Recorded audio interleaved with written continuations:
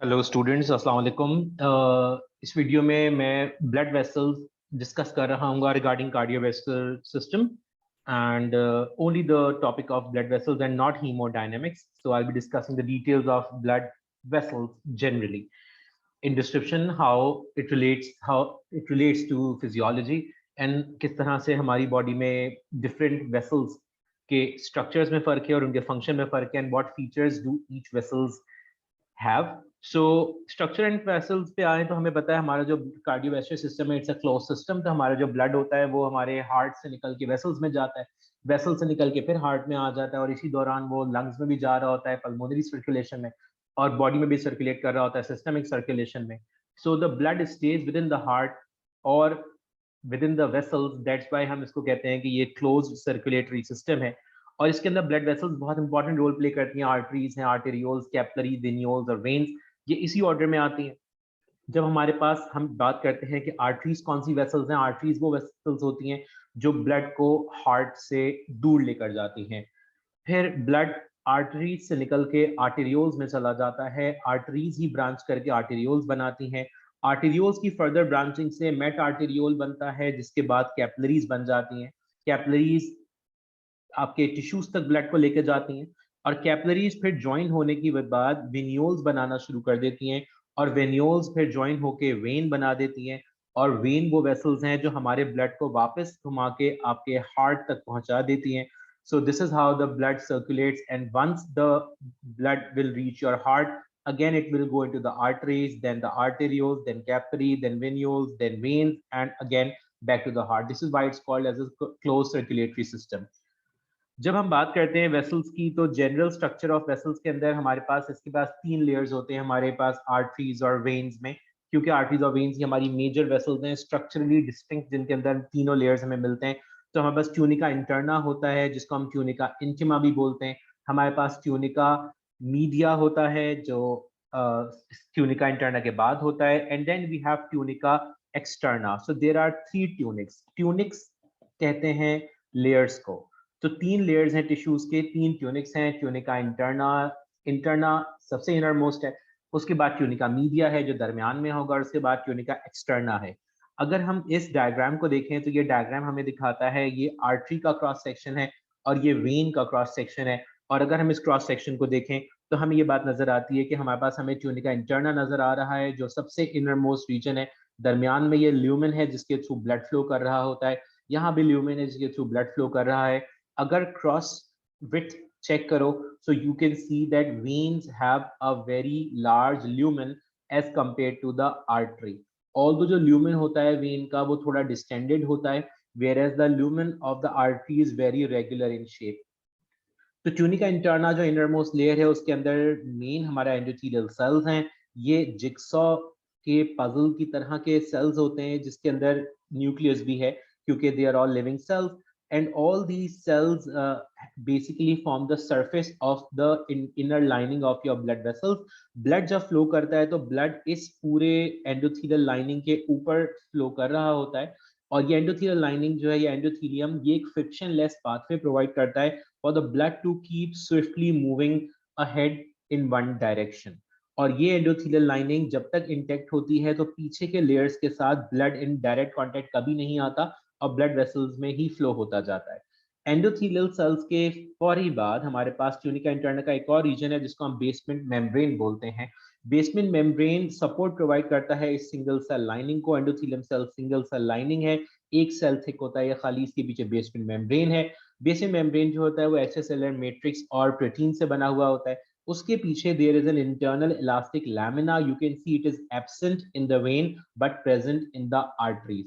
Internal elastic lamina जो होता है ये एक तो इलास्टिसिटी प्रोवाइड करता है और इसके अंदर इस तरह की ओपनिंग्स होती हैं जिनके थ्रू एक्सचेंजेस हो सकते हैं आर्टरी के इन इन लेयर्स के साथ जो पीछे लेयर्स प्रेजेंट हैं और जो ब्लड यहाँ से फ्लो कर रहा होगा।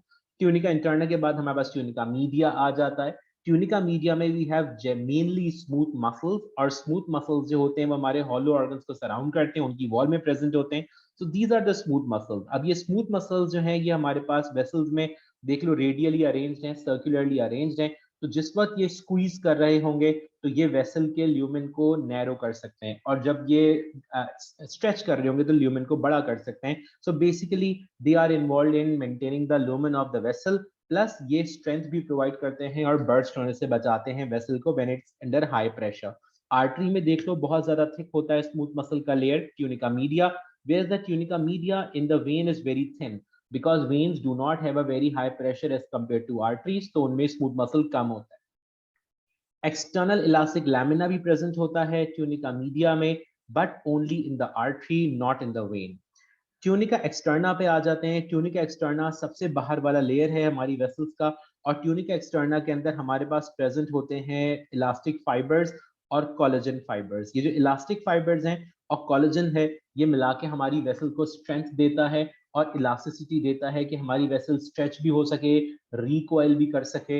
ये इसकी इलास्टिसिटी और कोलेजन उसको स्ट्रेंथ देता है ताकि इसके शेप चेंज होने से ये बर्स्ट ना हो सके, और इसकी shear फोर्स जो इसके अंदर जनरेट हो रही है वो इस वेसल को डिसलॉज ना करे और ये वेसल जो है अंदर से फूल ना जाए इन नॉर्मल सर्कमस्टेंसेस. सो ये हमारे पास काम होता है इसका. कैपिलरी जो होती है उसमें लेयर्स नहीं होते इतने सारे. कैपिलरी के अंदर they will be only a basement membrane and the endothelium. तो अगर देखो तो हमारे पास कैपिलरी में we just have tunica interna, बाकी सारे लेयर्स खत्म हो गए होते हैं और इस कैपिलरी में से ब्लड फ्लो करते हुए आपके पास टिश्यूज तक पहुंच जाता है. ये तुम्हें क्रॉस सेक्शन नजर आ रहा है, ट्रांसवर्स सेक्शन है थ्रू एन आर्टरी. अगर आर्टरी कट करो और टॉप से देखो तो तुम्हें ये इंटरनल इलास्टिक लैमिना नजर आ रहा है, ये फोल्डेड होता है, इसके बीच में ये यहाँ पे ल्यूमेन है. सराउंड यही जो इंटरनल इलास्टिक लैमिना है यही हमारा ट्यूनिका इंटरना होता है. इसी में ट्यूनिका इंटरना के लेयर्स हैं. इसके पीछे वाला जो लेयर है आपके पास पूरा वो ट्यूनिका मीडिया है. So you can see that the tunica media is actually very thick because ये मस्कुलर होगा. और इसके बाद आपके पास ट्यूनिका एक्सटर्ना आ जाता है. So this region is the tunica externa at the outermost end. अच्छा, तो अब अगर हम आगे चलते हैं, आर्टरीज की बेसिक डिस्क्रिप्शन मैंने बता दी कि वेसल्स इनमें इनमें हाई कंप्लायंस होती है. हाई कंप्लायंस का मतलब ये होता है ये वॉल्स जो होती हैं इजीली स्ट्रेच हो सकती हैं, एक्सपैंड हो सकती हैं विदाउट टीयरिंग इन रिस्पॉन्स. फटती नहीं है ये वेसल, और जब ये फटती नहीं है, टीयर नहीं होती, उसकी वजह ये है कि ये आपके क्यों नहीं फट रही.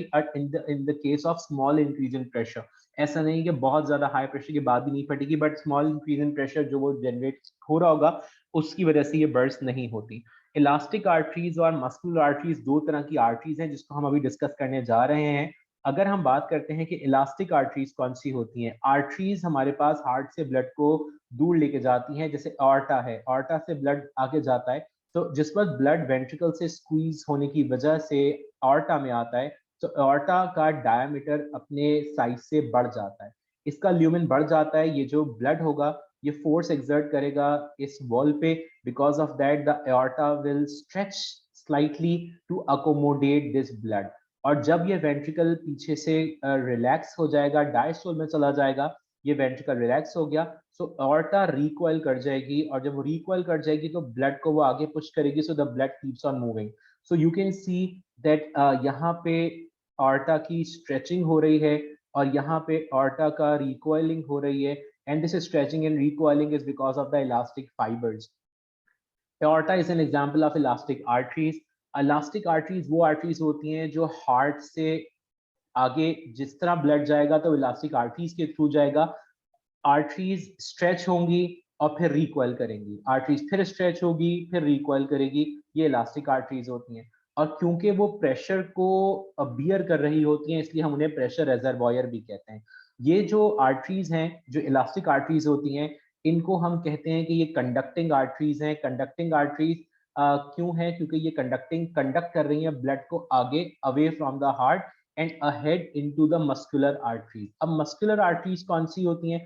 मस्कुलर आर्टरीज वो आर्टरीज होती हैं जिनको हम डिस्ट्रीब्यूटिंग आर्टरीज कहते हैं. ये डिस्ट्रीब्यूटिंग आर्टरीज आपके डेस्टिनेशन तक ब्लड को लेके जाती हैं, मतलब they deliver the blood to the organ. जैसे फॉर एग्जांपल रीनल आर्टरी है, फॉर एग्जांपल हेपेटिक आर्टरी है, जो ऑर्गन या डेस्टिनेशन तक आर्टरी पहुंची है, तो that will be a distributing artery और a muscular artery. Elastic artery और मस्कुलर आर्टरी में डिफरेंसेस होते हैं. इलास्टिक आर्टरी की जो वॉल है उसमें इलास्टिसिटी ज्यादा होती है, और जो मस्कुलर आर्टरी है उसमें मसल लेयर ज्यादा होता है. प्लस जो ब्लड फ्लो है वो दोनों में फर्क होता है. जो इलास्टिक आर्टरीज होती हैं उसके अंदर the blood flow is intermittent. Intermittent का मतलब the blood flow is non continuous.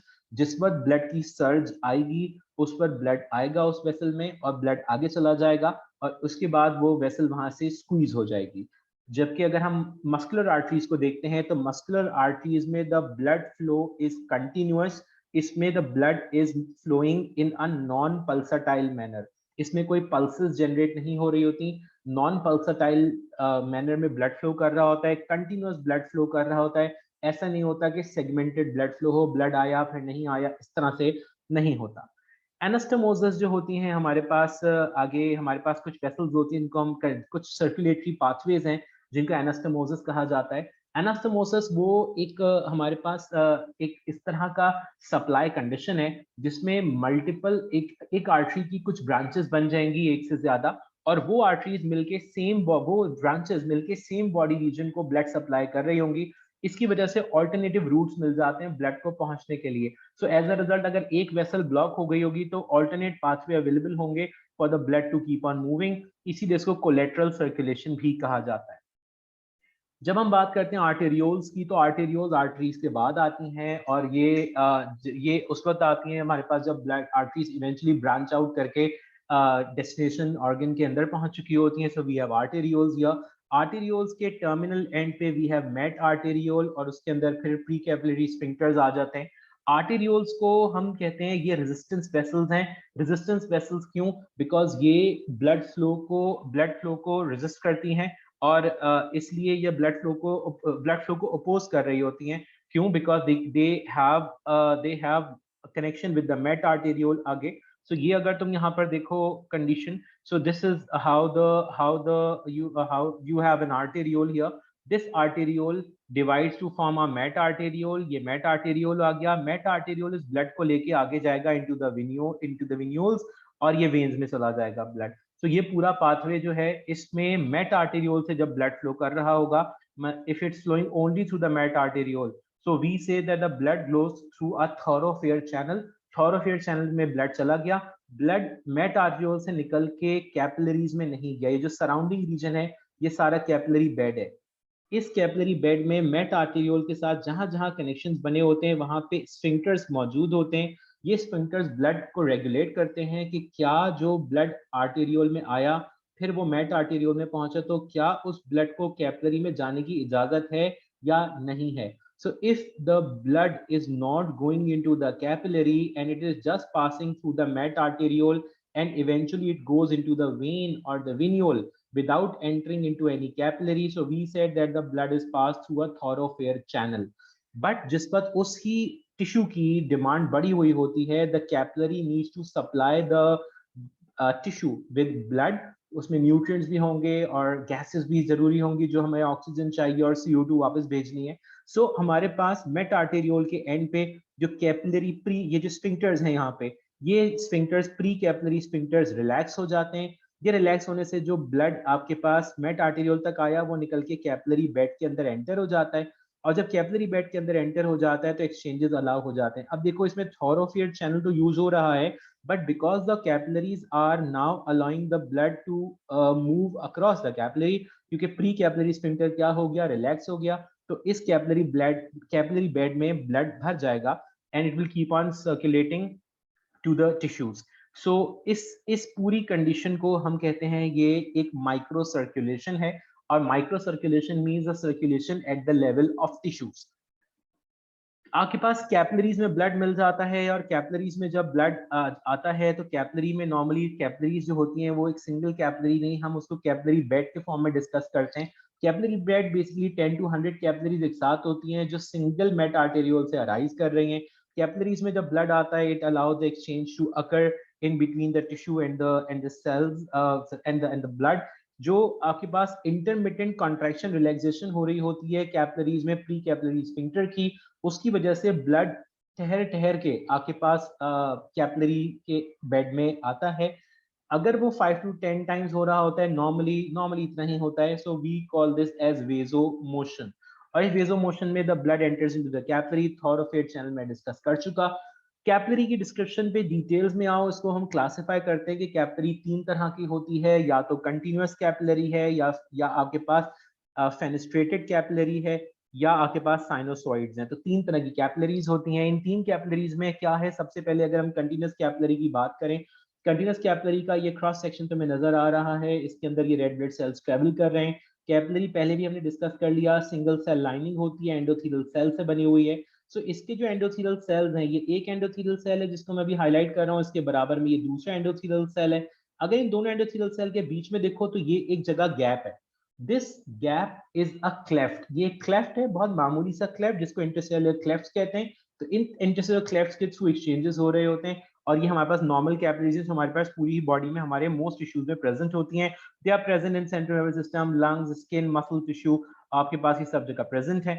दूसरी कैपिलरी जो फेनेस्ट्रेटेड कैपिलरीज हैं, उनमें फेनेस्ट्रेशंस होती हैं। फेनेस्ट्रेशंस आर स्मॉल पोर्स और holes which range from the size of 70 to 100 nanometer. ये एंडोथेलियल सेल्स वैसे ही हैं, बट इन एंडोथेलियल सेल्स में ये फेनेस्ट्रेशन या स्मॉल सर्कुलर विंडोज आ गई, which are called pores or fenestration, which allow an even quicker exchange. इनके through proteins नहीं मूव आउट हो सकती, छोटी प्रोटीन्स मूव हो जाएंगी, बट बड़ी प्रोटीन नहीं मूव होती। और ये हमारे पास प्रेजेंट होती हैं हमारे किडनीज में, ये हमारे विलायस इंटेस्टाइन के अंदर भी होती हैं। कोरोइड प्लेक्सस जो वेंट्रिकल्स में होते हैं ब्रेन में, जहाँ सीएसएफ बनता है, वहां भी है। हमारे पास आईज में भी होती हैं, जहां हमारे पास aqueous humour, vitreous humour fluids बनने एंडोक्राइन ग्लैंड्स में भी होती हैं। तीसरी किस्म की जो कैपिलरी है उसको हम साइनोसॉइड्स कहते हैं। साइनोसॉइड्स नॉर्मल कैपिलरी से थोड़ी बड़ी होती हैं, और इसमें जो फेनेस्ट्रेशंस हैं, वो फेनेस्ट्रेशंस की जगह यहाँ पे there are much larger windows. और ये जो लार्जर ये काफी बड़ी फेनेस्ट्रेशंस हैं, और इन फेनेस्ट्रेशंस के बाहर there is no basement membrane.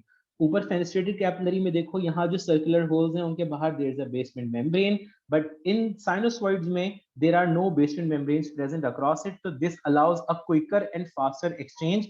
और ये जो साइनोसॉइड्स होती हैं अलग अलग ऑर्गन्स में अलग अलग तरीके से अडेप्ट हुई भी होती हैं। जैसे लिवर की जो साइनोसॉइड्स हैं, उनमें फेनेस्ट्रेशन, ये जो अनयूजुअली लार्ज फेनेस्ट्रेशन हैं, इनके सराउंडिंग में यहाँ पे ऐसे व्हाइट ब्लड सेल्स होते हैं जो पुराने रेड ब्लड सेल्स को स्कैवेंज करके ब्लड में से रिमूव कर देते हैं। जैसे लिवर में है, स्प्लीन में हमारे पास पुराने रेड ब्लड सेल्स की डिस्ट्रक्शन हो रही होती है, जो हमने पहले भी एक सेक्शन में डिस्कस किया था। फर्दर मोर अगर हम डिस्कस करते हैं पोर्टल सिस्टम, पोर्टल सिस्टम कहते हैं ऐसे सिस्टम को जिसमें एक कैपिलरी नेटवर्क से ब्लड निकल के दूसरे कैपिलरी नेटवर्क में ही जाए, और वो आर्टरीज की तरफ या हार्ट की तरफ नहीं जाए। बिकॉज ब्लड कैपिलरी नेटवर्क से निकल के वेन्स में जाता है, वेन्स उसको हार्ट में ले जाती हैं, बट पोर्टल सिस्टम से जब ब्लड निकलेगा एक कैपिलरी नेटवर्क से, तो वो दूसरे कैपिलरी नेटवर्क में चला जाएगा। और ये पोर्टल सिस्टम जैसे हेपेटिक पोर्टल वेन है, हेपेटिक पोर्टल वेन हमारे पास क्या करती है, हेपेटिक पोर्टल वेन हमारे पास हमारी इंटेस्टाइन और हमारे लिवर को कनेक्ट करती है। तो two capillary networks are joined together. इसी तरह हाइपोफिजियल पोर्टल सिस्टम है जो हमारे पिट्यूटरी ग्लैंड्स में होता है। वेन्यूल्स जो होती हैं उसमें thicker wall outer walled arterial counterparts नहीं होती है, उससे डिफर कर रही होती हैं। वेन्यूल्स जो होती हैं वो ब्लड को ड्रेन करती हैं कैपिलरी नेटवर्क से। दो तरह की वेन्यूल्स हैं, पोस्ट कैपिलरी वेन्यूल्स हैं, ये स्मॉलेस्ट वेन्यूल्स होती हैं, इनका 10 टू 50 माइक्रोमीटर डायमीटर होता है, और इनमें लूज इंटरसेलुलर जंक्शंस हैं। दूसरी मस्कुलर वेन्स होती हैं जो पोस्ट कैपिलरी वेन्यूल्स हैं, जो थोड़ी लार्ज होती हैं, 50 टू 200 माइक्रोमीटर थिकर होती हैं। और ये जो पोस्ट कैपिलरी मस्कुलर सिस्टम की वेन्स हैं हमारे पास, इसमें हमारे पास बहुत ज्यादा ब्लड अकोमोडेट हो रहा होता है। वेन्स जो होती हैं हमारे पास स्ट्रक्चरल कंडीशंस के अंदर, वेन्स जो होती हैं उनमें साइज वेरी करता है, 0.5 मिलीमीटर से लेकर 3 सेंटीमीटर तक की वेन्स हो सकती हैं। वेन्स में ब्लड फ्लो कंटिन्यूअस नहीं होता, रुक रुक के ठहर ठहर के ट्रेवल कर रहा होता है, एंड दैट्स व्हाई वो सारी वेसल्स, वो सारी वेन्स जो हमारे पास हमारे हार्ट लेवल से नीचे हैं, उनमें वेल्व्स प्रेजेंट होते हैं। ये जो वेल्व्स होते हैं ये प्रोवाइड करते हैं एक एक बैरियर। सो ब्लड जब इसके थ्रू फ्लो कर रहा होता है तो ब्लड ऊपर एक डायरेक्शन में तो फ्लो करेगा, बट जिस वक्त ब्लड रिवर्स डायरेक्शन में फ्लो करना चाहेगा ये वेल्व बंद हो जाते हैं, and these are called the semilunar valves of the veins. अगर वेन को लॉन्गिट्यूडनल सेक्शन में कट करो तो आपको इस तरह से वेल्व्स इसमें नजर आ जाते हैं। सो वेल्व्स हमारे पास वेन्स में होते हैं, और वेन्स में नॉर्मली जो ब्लड होता है वेन्स कोलैप्स कंडीशन में होती है, फुली फिल्ड नहीं होती ब्लड से। ये जनरली यहाँ पे एक टेबल के अंदर समराइज किया हुआ है, elastic, muscular arteries, arterioles, capillary, post capillary venules, muscular venules and veins, इनके साइजेस, ट्यूनिक्स कितने हैं और इनका फंक्शन क्या है। It's a good table for revision purpose. Blood distribution की अगर हम बात करें तो हमारे ब्लड डिस्ट्रीब्यूशन में जो मेजर ब्लड है हमारी बॉडी का जो रेजर्वॉयर है वो सिस्टमिक वेन्स और वेन्यूल्स हैं। 64% of our blood stays in the systemic veins and venules. हमारा 9% जो ब्लड है वो पल्मोनरी वेसल्स में होता है, 7% हार्ट में होता है, 13% सिस्टमिक आर्टेरियोल्स एंड आर्टरीज में. Just compare the difference between the systemic arteries and arterioles and the systemic veins and the venules. Systemic capillaries have only 7% of blood. This is how 5 liter of blood is distributed in a normal individual under normal circumstances.